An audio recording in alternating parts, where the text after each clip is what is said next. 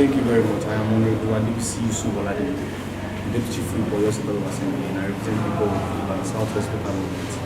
And representing the people, it's a priority. And I feel this is just the best time to do our duty as raising issues concerning our constituency and the state at large.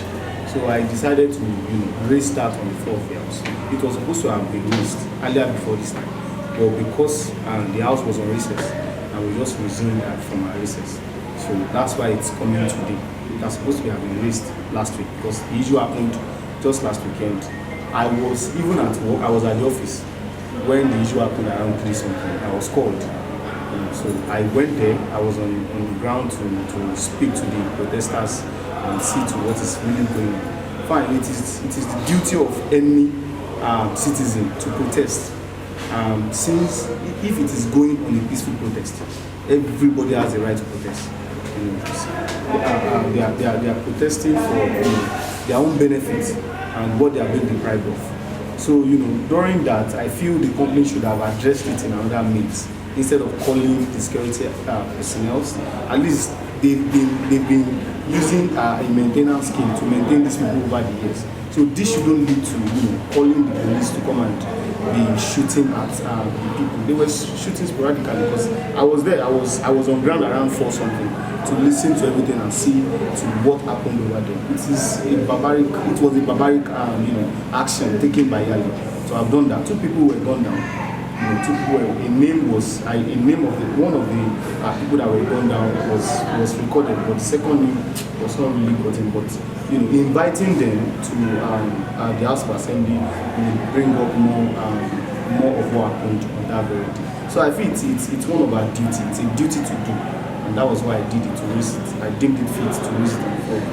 According to my own information gathered, because I went there, I don't like getting informations from people. I like going there and knowing what is really and in every room there must always be an epitome of truth. I was there to ask the protesters. I asked them what is really going on. I didn't even go to the lead protesters. I went to their midst. I picked at random, and I picked like 2 or 3 people to ask questions from them, which I have my evidences. I went there, asked questions. They told me they were protesting on one single thing, which led to other things. They said there was something that was given by the government, which was last year, which was a palliative, which we all understand that the government gave palliative to most companies in order to at least relieve people, because we know the government is all about poorest of the poor, and to reach out to the poorest of the poor and make them, and that's one of the places we can get people that are less privileged. So we, according to my findings, I was told that these protests emanated from just little from the fact that they were trying to seek their own side part of the palliative that was given by the government, but which was unable to be accounted for by these Yali companies. I asked other people, because they closed around that time. I asked other people from other companies too.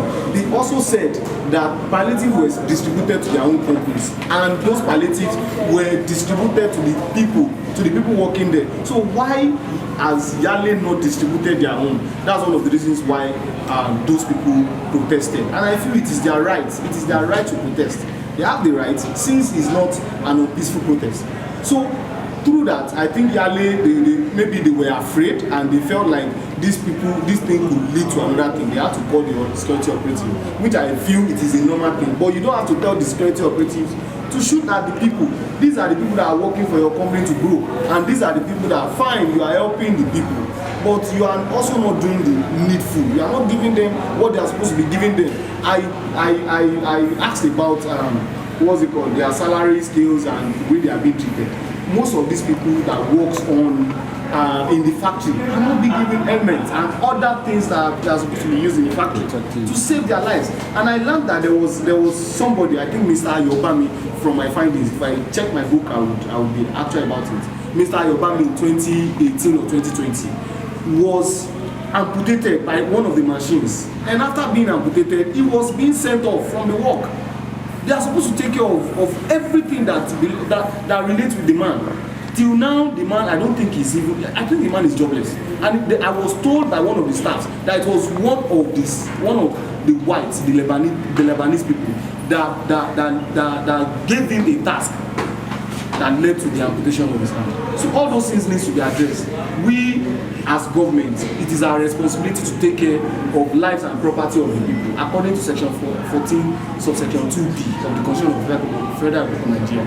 We are to take care of the responsibilities, their welfare and the way they are being treated, by all these companies. So I feel this is the high time, not only in Nigeria, not only in Oyo State, but every other places. The way these people, expatriates, are being treating our people is uncalled for. We need to stand against it. What has happened is an eye-opener. Yes, please. These people are human beings. Let's live. We have left the era of colonialism. We've left the era of slavery. But now we are in the era of indirect slavery by these expatriates. This is the time. This is the high time we change the way you treat our people. Our people are not animals.